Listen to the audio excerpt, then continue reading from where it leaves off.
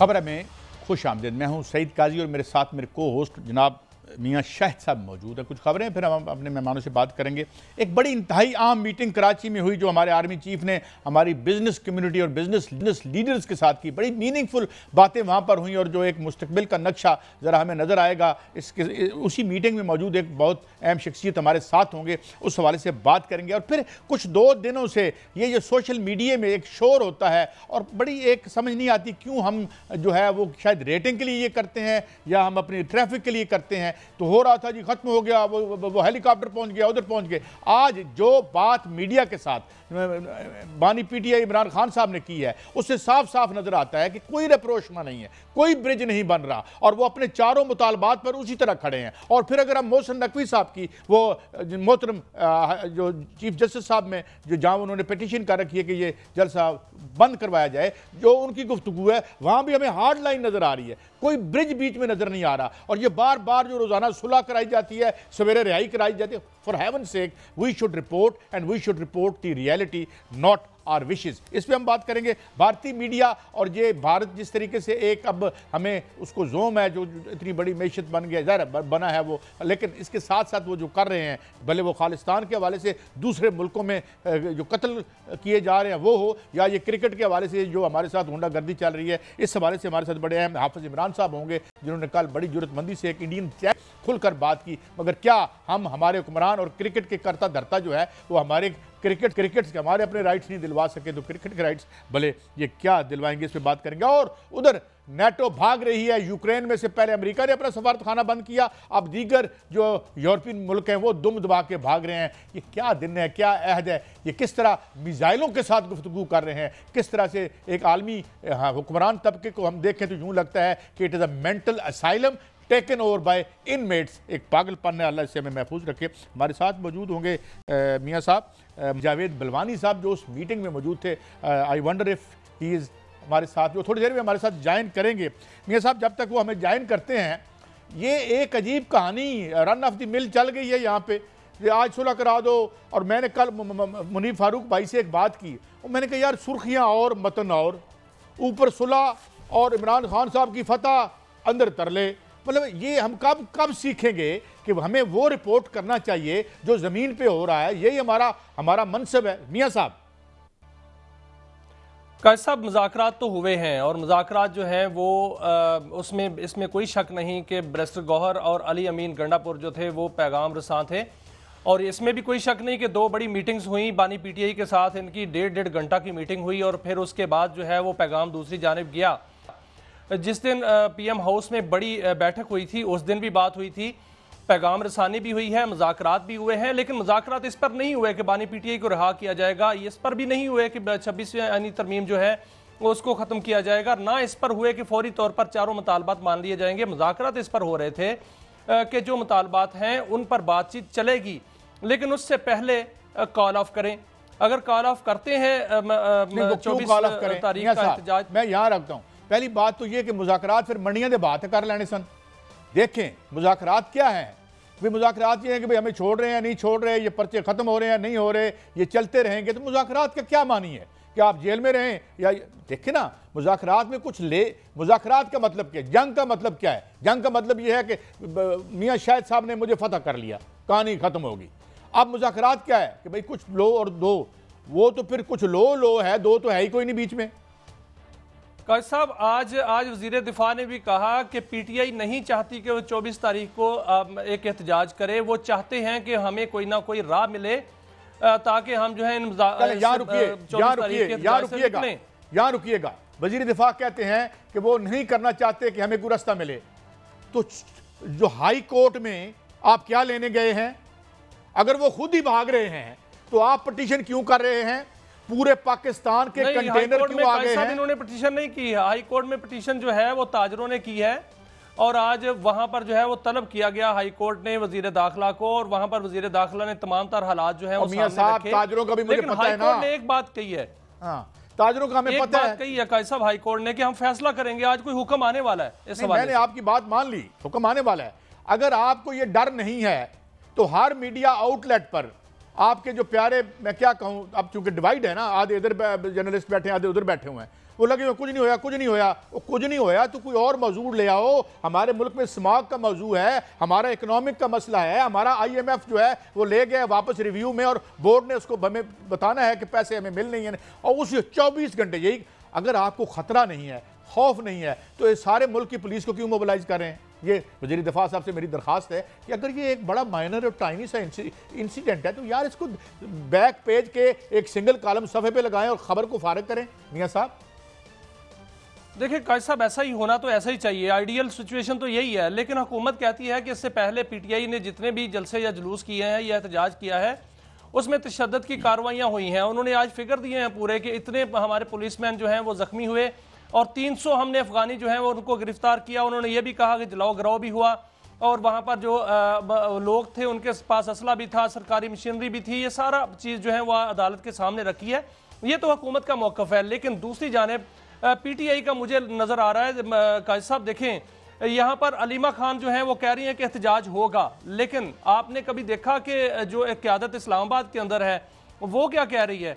वो तो मुज़ाकरात की बात कर रही है। असद कैसर जो है वो भी मुज़ाकरात की बात करते हुए नज़र आ रहे हैं। जो बैरिस्टर गौहर हैं वो भी मुज़ाकरात की बात करते हुए नज़र आ रहे हैं। मुज़ाकरात हुए हैं काजी साहब, उस मुज़ाकरात में ये कहा गया है उनको कि अच्छे बच्चे बने और अच्छे बच्चे बन के पहले कॉल ऑफ करें और फिर उसके बाद बात करें, फिर बात होगी और बात जो है वो सियासी गवर्नमेंट करेगी, सियासी लोग जो है क़यादत करेगी, स्टैब्लिशमेंट जो है वो डायरेक्ट बात नहीं करेगी। मुलाकातें हुई हैं, इसमें कोई शक नहीं, बड़ी आला ओहदों पर जो है मुलाकातें की गई हैं और दूसरी जानब भी आला ओहदेदारों ने मुलाकातें की हैं, लेकिन इसमें जो बात हुई है वो ये नहीं हुई कि बानी PTI की फौरी रिहाई हो जाएगी। आज आपने देखा कल उनको रिलीफ मिला था और उसके बाद जो है वो थाना न्यू टाउन के केस में उनको गिरफ्तार भी कर लिया गया है और आज उनको जिस्मानी रिमांड पर 5 रिमांड पर जो है वो। मियां साहब एक मेरी बात सुन, बात ये है कि एक तस्वर दिया गया कि हम आपको रिलीफ दे रहे हैं, जिस तरह पिछली दफ़ा हुआ कि जनाब आप इस तरह करें, यहाँ लॉ एंड ऑर्डर हो जाएगा,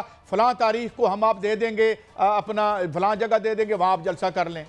मियां इमरान खान साहब ने वो उसको कर दिया, ठीक है जी मुलतवी कर दें क्योंकि यहाँ पे कुछ और इसको लॉ एंड ऑर्डर न बन जाइए। वो उसके बाद क्या हुआ? सर ये भी तो देखें ना, तासर कौन दे रहा है? तासर तो PTI खुद ले रही है ना। कल जिससे भी हमारी बात हुई उन्होंने कहा इमरान खान रहा हो रहे हैं, उन्होंने कहा बस इमरान खान आए। उन्होंने तो ये तासर दिया, कल मिठाइयाँ तक जो है वो तकसीम की गई कि जैसे उनको रिलीफ मिला है, इस तरह के किसी ने रिलीफ इसलिए दे दिया है कि इमरान खान साहब जो है कानूनी नहीं किसी और तरीके से जो है रिलीफ उनको मिल रहा है। बात है, ये तासर कल PTI की जानिब से दिया गया। मेरे सीधी बात है, ये जाते हैं, ये जाके उन्हें कोई एक लॉलीपॉप देने की कोशिश करते हैं। इस दफ़ा वो नहीं ले रहा लॉलीपॉप। ये यहाँ पे बाहर की लीडरशिप क्या कहती है, आई डोंट बाय दैट। आज जो उन्होंने अपना मीडिया से बात की है वो असल कहानी है। असल कहानी क्या है कि जी मैं एहतजाज कर रहा हूँ, बंदा आता है नहीं आता, कुछ होता है नहीं होता, उसको छोड़ दें आप।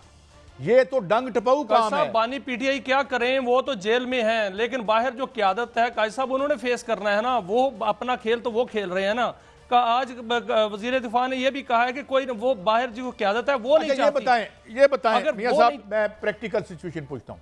चलें वो तो फेस तो बाहर वालों ने करना है, जो भी आपकी बात ठीक है। बाहर वालों के बारे में आपने खबर दी थी कि आप जाकर थाने च बह जाते हैं कि लो जी असी तो अरेस्ट हो गए हैं, गल खत्म हुई। अच्छा आप मुझे ये ऐसी बात है, अब ये बताएं कि वहाँ पुलिस मार्च कर रही है, कंटेनर लग चुके हैं, वो अपनी आबादियों में हम ही जो है वो बाकायदा सरकार ने जो है एक हमें कर लिया है, एक किस्म का हिसार है, एक मैसूर है। तो ये अगर सब कुछ हो रहा है तो कुछ नहीं होना, तो फिर इन कंटेनर्स को हिजरत करवाने की क्या ज़रूरत थी पूरे मुल्क से? देखिए काजी साहब, अगर दूसरी तरफ देखा जाए तो 1300 कंटेनर जो हैं वो इस्लामाबाद के अंदर पहुंचाए जा चुके हैं। 60,000 शेल जो हैं आंसू गैस के वो पहुंचाए जा चुके हैं। रबर की गोलियां जो हैं वो मंगाई जा चुकी हैं और उसके अलावा दीगर जो आलात हैं वो भी मंगाए जा चुके हैं, जो कि हर तरह से एहतजाज को रोका जाएगा। रेंजर्स की नफरी जो है वो तैनात की जा चुकी है, FC की नफरी मंगाई जा चुकी है, वहां से दूसरे सूबों से पुलिस भी मंगाई जा चुकी है। यहाँ पर मुझे लगता है उतने एहतजाजी शायद ना होंगे जितने जो है पुलिस की नफरी जो है इस्लामाबाद में होगी और इस्लामाबाद की वो जितनी भी नफरी इस्लामाबाद में आएगी। एक बात बताएं, 13,000 कंटेनर्स की बात कर रहे हैं, इस्लामाबाद में 13,000 सड़कें हैं। काजी साहब 13,000 नहीं 1300 कंटेनर मैं बात कर रहा हूँ। 1300 कंटेनर तीन लेयरों में जो है वो लेयर जो है वो लगेंगी, 3 लेयरें जो है वो उसकी लगेंगी और 3 स्टोरियां होंगी। कल इस्लामाबाद की सड़कों में दौड़ लगी है काजी साहब, इस्लामाबाद की सड़कों पे जाकर पुलिस ने दौड़ लगाई है, जो जितने भी SHOs हैं उनको दौड़ाया गया है कि दौड़ के दिखाएं कि कौन ज्यादा दौड़ता है, और उसको जो है वहां पर तैनात किया जाएगा जहां पर एहतजाजी आएंगे। और कल एक जो गोलड़ा थाने के SHO हैं उन्होंने पहले इसी बात पे रुकें, यानी पहले देखा गया कि माशाल्लाह हम देखते हैं ना कि बड़े बड़े हमारे स्मार्ट किस्म के अफसर भी तो होते हैं ना। एक पहले भी इस दफा एक पाबंदी लगी थी कि ये अपनी तोंदे अंदर करें, जाहिर है यानी फोर्सेस चाहे कोई भी हो, तो क्या अब वो पहले ऐसे जो पर्सनल हैं वो ढूंढे जा रहे हैं जो स्मार्ट हों, हिल सकें, भाग सकें, दौड़ सकें, उनमें ताकत हो, तो इसके लिए ये दौड़ लगवाई गई है। बिल्कुल, इसलिए दौड़ लगवाई गई है। कैसा पहले आपने कभी फ्लैग मार्च देखा है? वो गाड़ियों पर होता है और मुख्तलिफ कानून नाफिज करने वाले अदारे जो हैं वो अपनी गाड़ियों पर जो है फ्लैग मार्च करते हैं, लेकिन कल जो फ्लैग मार्च यहाँ पर हुआ वो दौड़ मार्च था। जिन्ना एवेन्यू पर और डी चौक के पास जो है वो अतराफ में दौड़ लगाई गई और वहाँ पर पुलिस की जो है वो फोर्स जो है वो पहुंची हुई थी। तमाम फोर्स को वहाँ पर जो है वो दावत दी गई थी, वहाँ पर तलब किया गया था और उन्होंने दौड़ लगा के ये साबित किया कि हम जो है वो आपको नहीं होने देंगे। आपको रोकूंगा यहाँ पे। मियाँ साहब, हमें एक मज़ीद शख्सियत जनाब जावेद बलवानी साहब एक मारूफ कारोबारी शख्सियत है, थैंक यू वेरी मच। कल ये मौजूद थे, जो एक बड़ी अहम मीटिंग हुई आर्मी चीफ और हमारे जो कारोबारी शख्सियात के दरमियान, और बड़ी मोहम्मद जावेद बलवानी साहब बाहर तो बड़ी पॉजिटिव बातें आई हैं, और जिसमें आपने ये कहा है कि आप, मैं ख़ास तौर पर एक नुक्ते पे आता हूँ जो हमारा बहुत अहम नुक्ता है, जिसमें कराची के हमारे भाइयों ने ये कहा कि कराची को ओन करें, हम 6 महीनों में कर्जा उतार देंगे। जब आपने ये, और हम, ये हमारी दुखती रग है, हम चाहते हैं ये उतरे, तो क्या इससे क्या मुराद है? आप किस किस्म का कोऑपरेशन हुकूमत से, रियासत से, मिनिस्ट्री से चाहते हैं कि ये इस अजाब से हमारी जान छूटे, ये जो हमारा कर्जा है? पहले इस पे, फिर बाद में आता हूँ और क्या गुफ्तगू हुई। जनाब बलवानी साहब। जी जी, वालेकुम। देखिए, कल जो मीटिंग हुई उसमें चीफ ऑफ आर्मी स्टाफ ने ये कहा कि आप लोग और आपके जो जानने वाले बिजनेस कम्युनिटी के लोग हैं उनसे कहें पाकिस्तान में इन्वेस्ट करें और पाकिस्तान के अंदर पाकिस्तानी अपना पैसा लेकर आए, आवाम भी कमाए और मुल्क भी तरक्की करे। और उन्होंने ये कहा कि मायूसी के बादल छट चुके हैं, सियासत मुल्क से मुकद्दम नहीं, चाहे जितनी मुश्किलात हो, अगर मिलकर खड़े हो जाएं तो कोई कुछ नहीं बिगाड़ सकता। जावेद साहब, उनका इशारा किस तरफ था? पैसा कौन लेके आए? क्या वो पाकिस्तानी जो ओवरसीज पाकिस्तानी हैं, या वो पैसा जो लूटा हुआ बाहर पड़ा हुआ है?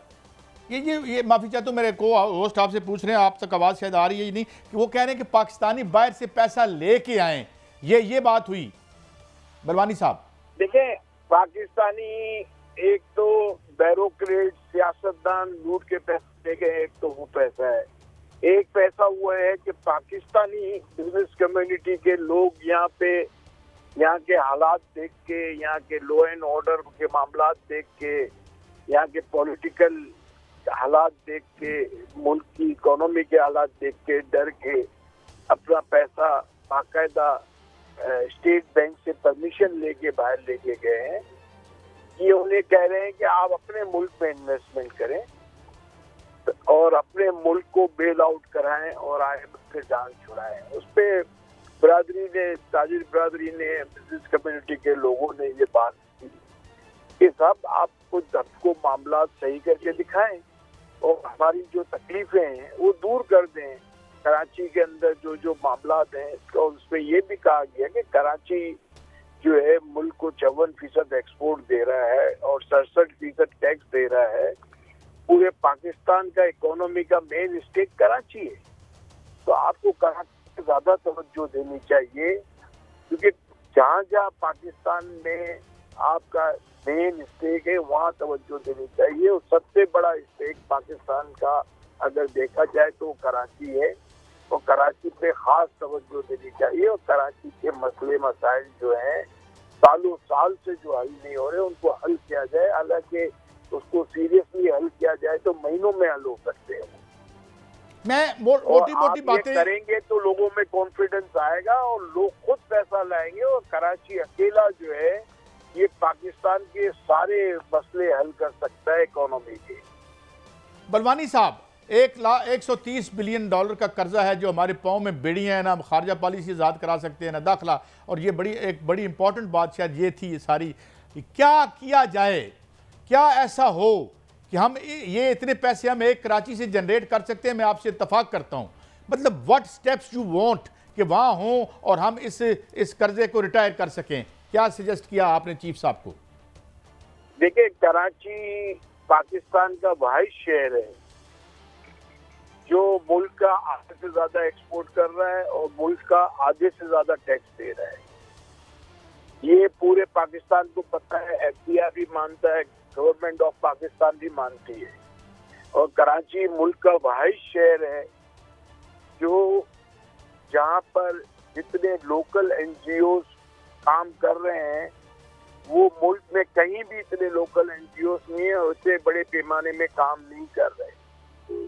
चाहे हॉस्पिटल्स के मामलात हों, चाहे स्कूल्स के मामलात हों, चाहे लोगों को खाना खिलाने के मामलात हों, चाहे आईटी का कोर्स कराने के मामलात हों, चाहे एम्बुलेंस के मामलात हों, पूरे पाकिस्तान में इतना बड़ा और बल्कि दुनिया के अंदर। अच्छा बलवानी साहब, मेरा आखिरी सवाल आपसे ये है, मेरा सवाल ये आपसे कि चूंकि ये बिजली is fundamental to every else जो हमारे हैं बर्बादी, कोई बात हुई कि ये बिजली की कीमतें और ये 2 नंबर मुआहदे थे और जिसे देखे ना जिस तरह उन्होंने चीफ साहब ने डायरेक्ट इंटरवेंशन से, और हम शुक्रगुजार भी हैं कि जनाब ये डॉलर $350 पे खड़ा है जहाँ भी खड़ा है, तो क्या बिजली के हवाले से कोई बात हुई? क्योंकि जो गवर्नमेंट है वो तो हिलजुल नहीं रही अभी तक।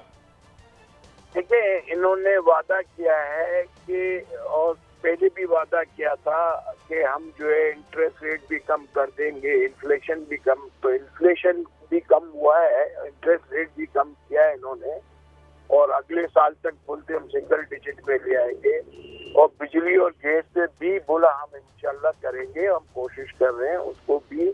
हमको पता है कि बिजली और गैस जो है आपका कॉस्ट ऑफ डूइंग बिजनेस बढ़ गया है और आप कम्पीट नहीं कर सकते अपनी नेबरिंग कंट्रीज और आपकी कम्पिटिटिव कंट्रीज जो एक्सपोर्ट में है, आप उनके मुकाबले में आप कम्पीट नहीं कर सकते क्योंकि वहाँ बिजली और गैस के दाम कम है, आपके ज्यादा, हमारे ज्यादा हैं।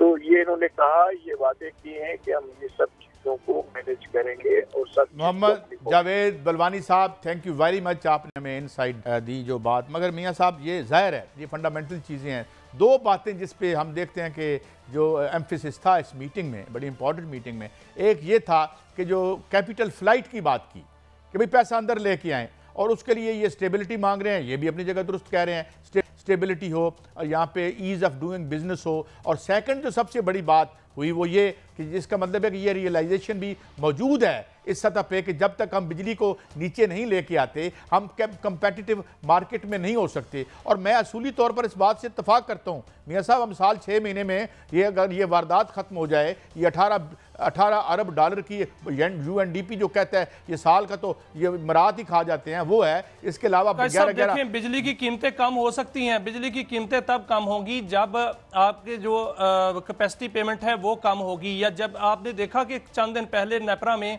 एक दरखास्त आई जिसमें 8 अरब रुपए जो हैं वो सार्फिन से लेने की दरखास्त की गई है, जिसमें कहा गया कि 8 अरब रुपए जो हैं वो कैपेसिटी पेमेंट के हैं। अब एक कैपेसिटी पेमेंट हमने ये देखा था कि जो पावर प्लांट्स हैं उनकी बिजली बनती है, उससे कैपेसिटी पेमेंट है, जो बिजली पैदा ही नहीं करते। लेकिन दूसरी जानब एक और कैपेसिटी चार्जेस जो है मुतारफ हो गए हैं, वो बिजली की तकसीम कार कंपनियां जो हैं वो पैसे ले रही हैं। वो इसलिए ले रही हैं, वो कह रही हैं कि हमारी बिजली जो है वो खपत कम है। हालांकि जो तकसीम कार कंपनियां हैं उनका सिस्टम खराब है, उनका सिस्टम इसलिए उनकी खपत कम नहीं है कि सोलराइजेशन है, उनका इसलिए खपत कम है कि उनका सिस्टम खराब है। और अब जब वो कैपेसिटी चार्जेस कम नहीं होंगे उस वक्त तक बिजली का रेट कम नहीं हो सकता। बिजली का रेट लोग जो है वो 60 रुपए की बिजली इस्तेमाल क्यों करें, वो सोलराइज पे क्यों नहीं आएंगे।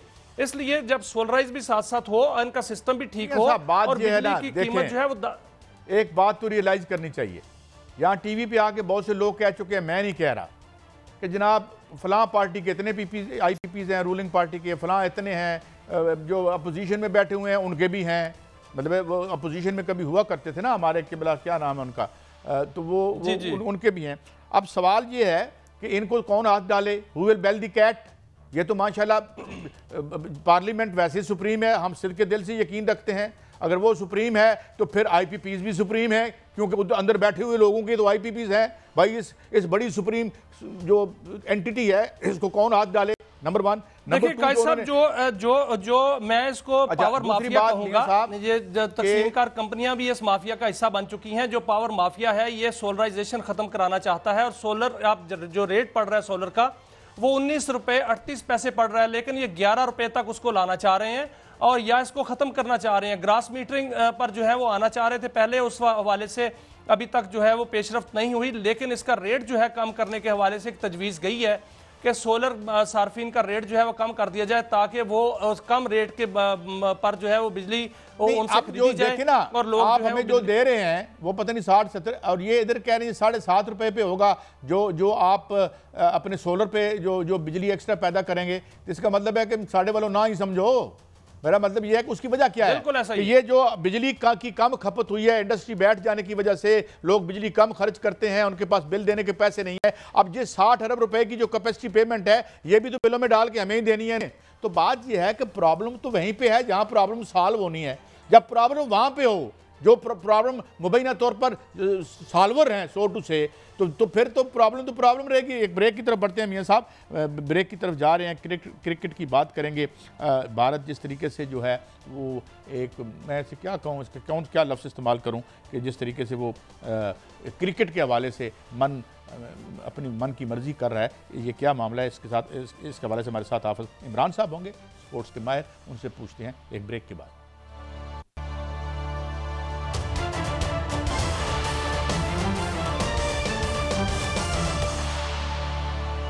नाज़रीन, हम आते हैं, क्रिकेट हो स्पोर्ट्स हो, ये हमारे दिल के बड़े करीब है। बड़ा मज़ा आया करता था इंडिया के साथ, जो हम बचपन से देख रहे हैं, जो मैचेस देख रहे हैं। मगर अब एक अजीब, जब से ये कमर्शलाइजेशन हुई है और कुछ अजीब इंडिया में एक हिंदुत्वता का दौरा हुआ है। तो आज एक बड़ा वाक़या हुआ। हमारे एक जर्नलिस्ट हैं जनाब हाफिज़ इमरान साहब, वो एक अर्नाब गोस्वामी, जो मैं समझता हूँ, मैं बड़ा फ़ैन हूँ उनका। अगर दुनिया में ऊँची आवाज़ का और बदतमीज़ी का कोई नोबेल प्राइज़ होता तो वो यकीनन उनको मिल जाता। बहरहाल कल हाफिज़ इमरान साहब ने उनको भुगता है। इमरान साहब, थैंक यू वेरी मच।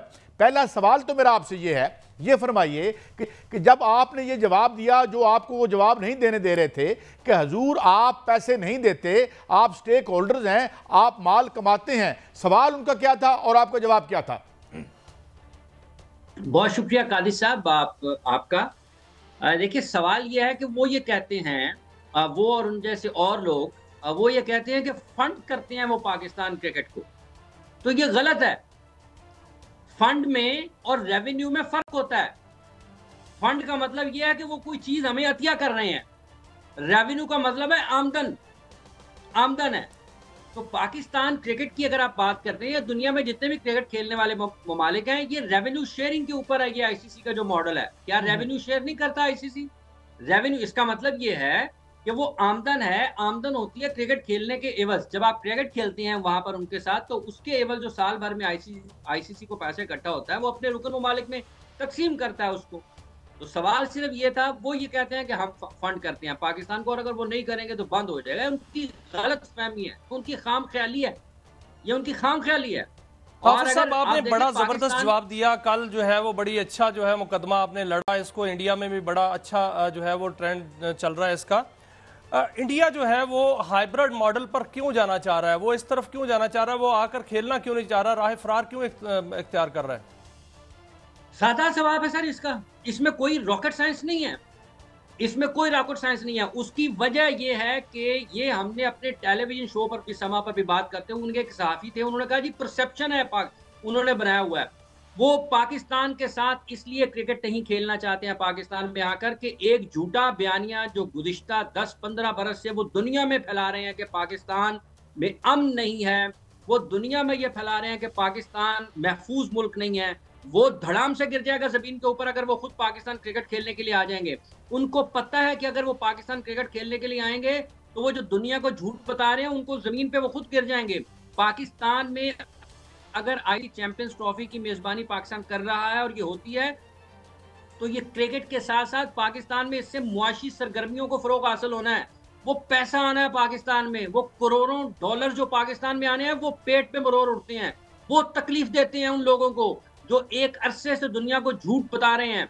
आज पाकिस्तान में अगर वो नहीं खेलते हैं तो उसकी वजह नरेंद्र मोदी की पाकिस्तान मुखालिफ, पाकिस्तान से तात्सुब की पॉलिसी जो है, पाकिस्तान के बारे में झूठ की पॉलिसी जो उन्होंने दुनिया में बनाई है, उसकी वजह से आज वो पाकिस्तान आकर खेलना नहीं चाहते, क्योंकि उनका अपना झूठ अपने हाथों बेनकाब होना है। इस वजह से वो पाकिस्तान भारत तो भाग रहा है। क्या ब्रॉडकास्टर जो हैं वो नाराज हैं इस हवाले से? क्या वो इसको कबूल कर लेंगे जो इंडिया मॉडल दे रहा है? देखिए, बात यह है कि ब्रॉडकास्टर्स अभी तक की जो इतलात है वो तो यही है कि वो उन्होंने ये कहा है ब्रॉडकास्टर्स ने कि पाकिस्तान इंडिया के मैच के बगैर, पाकिस्तान इंडिया के मैच के बगैर उनको चैंपियंस ट्रॉफी की ब्रॉडकास्ट में उनकी दिलचस्पी नहीं है। वो होता है या नहीं होता है ये एक अलग बहस है, लेकिन ये जो लोग पाकिस्तान के बारे में बात करते हैं, पाकिस्तान में बदअमनी की बात करते हैं, उनको जाके बताएं कि जस्टिन ट्रूडो ढूंढ रहा है उन सबको, कैनेडियन वजीर आजम ढूंढ रहा है हरदीप सिंह नजर के कातलों को, वो इंडिया के ऊपर इल्जाम है। गुरपतवंत सिंह को जाके पकड़े, वो जाके अमेरिका में बैठ के बात कर रहा है। न्यूजीलैंड में अभी सिख फॉर जस्टिस का उन्होंने वो कर रहे हैं। सारी दुनिया में इनको बेनकाब कर रहे हैं लोग, जो इनकी हिंदुत्व की पॉलिसी है, इनकी जो तासुब की पॉलिसी है, उसको सारी दुनिया में वो बेनकाब हो रहे हैं। उनको जवाब दें। पाकिस्तान खेलने के लिए आए, इसी में इनकी बचत है। ये जो नरेंद्र मोदी की पॉलिसी है ना, आप देखें कि कितने लोग, सैकड़ों लोग इंडिया से हर साल यहाँ पर अपने उनके जो मुकद्दस मजहबी मकामात हैं उनके दौरे के लिए आते हैं। क्या उनकी जिंदगी की कोई अहमियत नहीं है? कहाँ जाती है आपकी? अच्छा, इमरान साहब मैं एक बात आपसे करूं, देखें बात ये तो हमारे हमारी वजारत खारजा सत्तू पी के सोई हुई है ना। आप अभी नेट पे जाएं और सिर्फ टाइप करें रेड कॉरिडोर, वो जगह जो कई सूबों पर मुहित है और जहां उनकी कोई रिट नहीं है, जहां हम कई दफा उनकी फिल्मों के बारे में सुनते हैं कि जब वो शूट करने जाते हैं तो बड़े बड़े इश्तिहारू डाकू आके जनाब डायरेक्टर के साथ बैठ के तस्वीरें बनवा रहे होते हैं। अगर लॉ एंड ऑर्डर, हम ये नहीं कहते कि हम परफेक्ट हैं, मगर वहां जितना बड़ा गंद है, जिस तरीके से मस्जिदें डिमॉलिश होती हैं, जिस तरीके से मंदिर डिमॉलिश होते हैं, और इवन लोअर कास्ट के हिंदू जो हैं, के अंदर देखें 8-10 दिन के अंदर मुख्तलिफ रियासतों में जो वहां पर बदअमनी के वाकयात हुए हैं, उनको उठाकर देखें कि आपको लोग अकल दंग रह जाएगी, आंखें फट जाएगी। वहां पर क्या हो रहा है? पाकिस्तान तो बात नहीं करता उस मामले में, ये उनको तकलीफ है। लेकिन जैसे अभी आपने जिपलो आके बैठे, हमने नहीं बात करनी, वही करेंगे, झूठ भी सच भी वही करेंगे। पाकिस्तान, ये जो अभी आपने एक साहब का नाम लिया प्रोग्राम के शुरू में, वो और उन जैसे बहुत सारे ऐसे लोग हैं जो मिसलीड करते हैं, गलत मालूमात लोगों तक पहुंचाते हैं। ये पाकिस्तान का काम है, ये पाकिस्तान के मीडिया का काम है। ये जिस ऑफिस का, पाकिस्तान के एक ऑफिस का आपने जिक्र किया, या उसका काम है जो बैनुल-अक़वामी सतह है उस पर तो कहा जा रहा है कि इंडिया को हर सूरत आना पड़ेगा। क्या आप समझते हैं कि इंडिया आएगा? दूसरा, ये अगर इंडिया नहीं आता तो इंटरनेशनली उसको क्या नुकसान हो सकता है? देखें, इंडिया आता है या नहीं आता, पाकिस्तान को फैसला करना है कि पाकिस्तान ने क्या करना है। पाकिस्तान इंडिया के साथ क्रिकेट नहीं खेला 2007 के बाद से लेकर आज तक बायलैटरल। एक आईपीएल का सीजन खेले हैं पाकिस्तान के खिलाड़ी, उसके बाद आईपीएल में नहीं खेले हैं। पाकिस्तान आज तक 2024 में हम इख्तिताम की तरफ बढ़ रहे हैं। इंडिया के साथ क्रिकेट ना खेलने के बावजूद पाकिस्तान क्रिकेट बोर्ड जो है वो अरबों रुपए उसके पास मौजूद है। इंडिया आता है, नहीं आता ना आए, पाकिस्तान को यह तय करना है कि अगर आप पाकिस्तान में खेलने के लिए नहीं आएंगे, हम भी आईसीसी के टूर्नामेंट खेलने के लिए पाकिस्तान नहीं जाएंगे। और यही नरेंद्र मोदी और उसके उन तासुब से भरपूर तंग नजर हुक्मरानों को जवाब होना चाहिए कि हम भी नहीं जाएंगे, हम भी फिर हाइब्रिड पर खेलेंगे आपके साथ। मगर मैं एक बात की यहाँ वजाहत कर दूँ, बात ये है, देखें कोई हम दुश्मनी या हम कोई जंग या ये इस तरीके से नहीं है जो जिंगोइज्म वहाँ पे होता है। यहाँ अवाम आते हैं, खुदा की कसम आंसू से रोते हैं। मैं सहवाग का इंटरव्यू देख रहा था, वो अनारकली में आया, यहाँ पर किसी दुकान वाले ने उससे लाखों रुपए की उसने शॉपिंग की, किसी ने पैसे नहीं लिए। वहाँ हम जाते हैं, वहाँ पे वहाँ उनकी आवाम से मिलते हैं, हम मुल्क से बाहर। ये सारी वारदात क्या है कि जो उनकी हुकूमत हॉलीवुड को, बॉलीवुड को, और जो उनकी ये क्रिकेट है उसको एक सियासी टिश्यू पेपर के तौर पर उनकी बीजेपी इस्तेमाल कर रही है, जिसके बारे में अब खबरें आई हैं कि उन्होंने वहाँ पर जो है इलेक्शन कमीशन के साथ साजबाज करके ये इलेक्शन के रिजल्ट बदल के फिर भी हार गए। तो मेरे ख्याल में उनकी हुकूमत, उनकी सिविल सोसाइटी को चाहिए कि क्रिकेट और इस जो आपकी इंडस्ट्री है इसको सियासत के इस गंदे बाजार से बाहर निकालें जो आपका है। जी, क्या समझते हैं? काजी साहब, आपने तो सिर्फ इंडिया की बात की है। देखें, ये इस वक्त दुनिया में अमन के, मुसावात के और आज़ादी इजहार राय के और बराबरी के हुकूक के जो अलमबरदार हैं, वो नाम नहाद हैं या हैं। अब ये उनकी साख दाव पर लगी हुई है। वो कौन है? वो ऑस्ट्रेलिया है। वो कौन है? वो इंग्लैंड है। वो कौन है? वो न्यूजीलैंड है। इन्होंने ये फैसला करना है कि इन्होंने साथ किसका देना है। लेकिन हाफिज साहब, अब क्या होगा? भारत नहीं आता, हम अपने मौके पर कायम रहते हैं, ये चैंपियन ट्रॉफी होती हुई नजर आ रही है, क्या होगा? क्या आप क्या देख रहे हैं? देखिए, बात एक ये है कि अगर चैंपियंस ट्रॉफी नहीं होती है ना, तो ये अरबों डॉलर का मामला है। ये इसका रास्ता उनको निकालना पड़ना है। इसका एक ही रास्ता है, अगर इंडिया हाइब्रिड मॉडल पर पाकिस्तान की ये चैंपियंस ट्रॉफी खेलता है तो पाकिस्तान के पास साफ सीधा जवाब है कि हम आपके साथ मैच नहीं खेलते हाइब्रिड मॉडल पे, और हम आपके साथ आने वाले दिनों में 26 में, 27 में, 31 में, 30 में, जब भी आईसीसी के इवेंट्स इंडिया में खेले जाने हैं, हम भी अपने मैचेस हाइब्रिड मॉडल पर ही खेलेंगे, हम भी इंडिया में नहीं खेलेंगे। इसका साफ सीधा हल है। आईसीसी करना चाहता करे, नहीं करना चाहता ना करे। और ये जो लेकिन आईसीसी की क़यादत भी बदलने जा रही है, तो क्या आप समझ रहे हैं कि आईसीसी की क़यादत बदलेगी तो हालात बदलेंगे, फिर वो आएगा? जा रही है ना, देखें, आईसीसी की क़यादत बदलने जा रही है ना। आईसीसी का मतलब ये तो नहीं है कि वो बीसीसीआई है, उसको साबित करना है कि वो आईसीसी है। वहां पे रुकन ममालिक हैं, वहां पे इंग्लैंड है, ऑस्ट्रेलिया है, न्यूजीलैंड है, जनूबी अफ्रीका है, वेस्ट इंडीज है, श्रीलंका है, बांग्लादेश है और एसोसिएट ममालिक हैं। उन्होंने ये साबित करना है कि वो बीसीसीआई नहीं है, एक आजाद और खुद मुख्तार उसने बनना है। आईसीसी ने अपने आप को साबित करना है। ये उनकी साख दाव पर है, ये न्यूजीलैंड की साख दाव पर है, ये ऑस्ट्रेलिया की साख दाव पर है, ये इंग्लैंड की साख दाव पर है, ये श्रीलंका, अफगानिस्तान, उन तमाम ममालिक के साथ दाव पर है, साउथ अफ्रीका के साथ दाव पर है। उन्होंने पाकिस्तान के साथ खड़ा होना है, क्योंकि ये तमाम ममालिक जिनका मैंने नाम लिया है और जिनका नहीं लिया है, अक्सरियती पाकिस्तान में आकर खेल चुके हैं। काजी साहब, सबसे ज्यादा लोग मोहतात होते हैं खवातीन और बच्चों के बारे में। यहाँ पर अंडर 19 की और वुमेन्स टीमें खेलकर चली गई हैं, और अगर खुदा न खास्ता हालात खराब हो तो कोई अपने अंडर 19 बच्चों को भेजेगा पाकिस्तान खेलने के लिए? कोई अपनी खवातीन को भेजेगा वुमेन्स टीमों को पाकिस्तान खेलने के लिए? हाल ही में वेस्ट इंडीज की वुमेन्स टीम पाकिस्तान खेल के गई है, इन दिनों श्रीलंका की ये टीम पाकिस्तान खेल रही है, मुख्तलिफ ममालिक की अंडर 19 टीमें पाकिस्तान खेल कर गई हैं। तो ये क्या नरेंद्र मोदी को नजर नहीं आता? आंखें बंद हैं। मोदी की जो ऐनक है ये उतारना पड़ेगी बीसीसीआई को, ये उतारना पड़ेगी उसके मीडिया में बैठे उन लोगों को जिनको पाकिस्तान में डॉक्टर जायद तो नजर आता है, लेकिन वहां पर बाल ठाकुरे कभी नजर नहीं आती। क्योंकि दुनिया भी तो देख रही है, भारत जो है वो जिस तरह राह फरार इख्तियार कर रहा है, तो दुनिया क्या मजबूर करेगी भारत को? देखिए, मैं यही बात कर रहा हूं कि ये दुनिया का, उस मुहज्जब दुनिया का जो खुद को मुहज्जब कहती है, उसका इम्तहान है। वो कहे इंडिया को कि आपको पाकिस्तान जाना है। इंग्लैंड कहे कि जनाब हम अभी 3 टेस्ट मैचों की सीरीज खेल कर आए हैं, हम ठीक है वहां पर, आप भी जाएं। ऑस्ट्रेलिया कहे हम खेल कर आए हैं इंडिया को, आप भी जाएं। न्यूजीलैंड कहे हम खेल कर आए हैं, आपको भी जाना है। साउथ अफ्रीका कहे हम खेल कर आए हैं, आपको भी जाना है। ये तमाम ममालिक जो आईसीसी के रुकन ममालिक हैं, टेस्ट स्टेटस रखते हैं, जो 8 टीमें पाकिस्तान इस चैंपियंस ट्रॉफी का हिस्सा है, 60 टीमें पाकिस्तान को मिलाकर 8, उन 60 टीमों की ये जिम्मेदारी है। 6 की 7वीं इंडिया है, उन 6 टीमों को ये जिम्मेदारी है कि पाकिस्तान जाएं। आपको मुबारक कि आपने वो बड़ा एक अजीब सा, कई दफ़ा हमें भी बुलाया जाता है, हम जाते नहीं वहाँ, वो ये है कि वहाँ आपने बड़ी दिलेरी से और बड़ी माशाल्लाह आपकी जो रवानी से आपने गुफ्तगू की और वहाँ पे अपना डिफेंड किया, बहुत शुक्रिया आपका। लेकिन हमें टाइम देने के लिए नाज़रीन, ये इशू है, आगे बढ़ते हैं। अब एक और भी बहुत बड़ा इशू है, जिस तरह हमने शुरू में कहा कि अब क्या मिसाइलों की ज़बान में गुफ्तगू करेगी ये सो कॉल्ड मुहज़्ज़ब दुनिया, जिसे हम मुहज़्ज़ब कहते रहे हैं और अब आज भी कहते हैं। क्या हो रहा है, क्यों भाग रहे हैं तमाम वो सफारत खाने यूक्रेन से, जो कल तक जो है एक एक फुट उछल रहे थे कि हम रशिया को फतह कर लेंगे? क्या कहानी है, एक ब्रेक के बाद।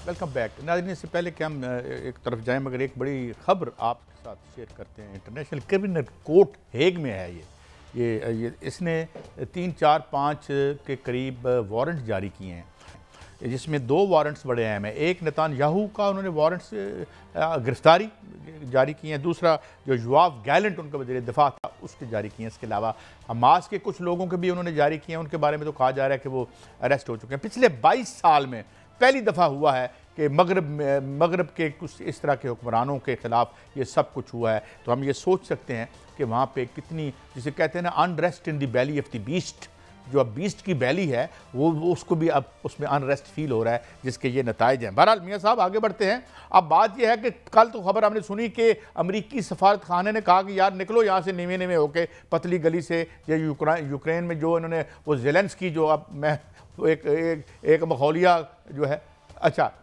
अच्छा नेटो के यूक्रेन से जो यूरोपीय सफारत खाने हैं ये क्यों बंद कर रहे हैं अपने सफारत खाने, और क्या ये कोई बड़ी जंग की मैं आपको एक खबर देता हूं। खबर ये कि इस वक्त जो जहां पर ज़ेलेंस्की बैठा हुआ है वो उनकी जो बिल्कुल उसकी जद में है, उसको वो हिट करके उसके साथ वही हो सकता है जो हानिया साहब के साथ इन्होंने वहां किया था। मगर वो क्यों नहीं ये कर रहा, वो इसलिए वो जानते हैं कि ये जाएगा तो इस जैसे कोई और आ जाएगा, it's not going to make any difference. लेकिन अभी तक ये जो रशियन के बारे में पहले से मौजूद है कि ये बड़े अपने कार्ड सीने से बिल्कुल साथ लगा के रखते हैं, बड़े ये सरप्राइज देते हैं। अब ये क्या करने जा रहे हैं, वो हाइब्रिड वार का, उनको हाइब्रिड हर जगह, क्रिकेट हो, वतन अजीज़ हो ना हो, हाइब्रिड की बात ही चल रही है। तो वो ये कह रहे हैं कि ये कौन से बड़े लोग हैं जिनको रशिया निशाना। इससे पहले आपको याद होगा कि एक रेनीगेड था बरतानिया में जो बड़े पुरस्कार तौर पर किसी रेस्टोरेंट में या किसी और जगह पे मारा गया, बाद में जो अब तो उसे केजीबी नहीं कहते, अब उसको लेकिन नेटो क्यों भाग रहा है वहां से? नेटो तो इत्तेहादी अमेरिका का, उसको तो वहां पर वो उनके सफारत खाने थे, अब वो भाग रहे हैं, इटली भाग रहे हैं, दूसरे ममालिक भाग रहे हैं, वहां से क्यों? देखें जो आर्सनल्स का जखीरा और जो टेक्नोलॉजी आपने इन्होंने 17 के रेवोल्यूशन के बाद एक्वायर की थी, जो कभी सोवियत यूनियन आज यहाँ नहीं हो चुका है अब, मगर वो टेक्नोलॉजी मौजूद है। ज़राए पैदावार को जिस तरीके से उन्होंने डेवलप किया था वो वहाँ पे मौजूद है। पहले वो रियासती मलकियत में थे, अब वो निजी मलकियत में है, मगर मौजूद तो हैं। अभी मैंने देखा, एक दिन मैं चेक कर रहा था, मैं दोबारा चेक करके दोबारा आपकी खिदमत में आऊँगा कि ये जो असला साजी की सनत है इसका भी एक कंसोर्शियम है जिसे रियासत टेक केयर करती है। जबकि अगर अमेरिका में जाएं तो 5 से 6 बड़ी कंपनियां हैं, लॉकहिड मार्टिन है, कुछ के नाम लेकिन एक तबाह हाल मुल्क जिसको यूक्रेन कहते हैं, वहां से मिसाइल पर मिसाइल फायर हो रहे हैं, वो लॉन्ग रेंज मिसाइल फायर कर रहा है। क्या वो खुद जंग चाह रहा है या अमेरिका जो है वो नई एक इस खित्ते में जंग छेड़ना चाह रहा है? इसकी जो हमने पहले दिन तौजीह की थी, मैंने 3-4 जगह से, जिन्हें मैं क्रेडिबल न्यूज सोर्सेस और एनालिसिस के सोर्सेस समझता हूँ, वो ठीक है। एक तो बड़े गुस्से में है जो बाइडेन साहब, इन्होंने खासी क्या उनकी बेइज्जती खराब की है, कैसे उनको उनकी नॉमिनेशन खत्म कर दी, लेम डक बना दिया। दूसरी तरफ से उनको गुस्सा और दुख ये है कि कमला हारिस हार गई। अब वो ये जो इन्होंने स्टैंस लिया था डोनाल्ड ट्रंप ने कि मैं एंटी वार हूँगा, इससे पहले एंटी वार कहा था किसने? ओबामा ने, और जिसको नोबेल जो पीस प्राइज दिया आपने, उसने 1 घंटे में अपने पूरे टेन्योर में 1 घंटे में 3 बम इस सियारे पर फेंके, उसे हमने अमन का नोबेल पीस प्राइज दिया। खैर ये अलग कहानी है, किसी दिन और मैच कर लेंगे। अब इस तरफ आते हैं। अब वो ये चाहते हैं कि जो मिलिट्री इंडस्ट्रियल कम्प्लेक्स है वो चाहता है कि ऐसा कुछ करके जाएं जो 900 अरब डॉलर की दिहाड़ी है। वो 900 अरब डॉलर क्या है?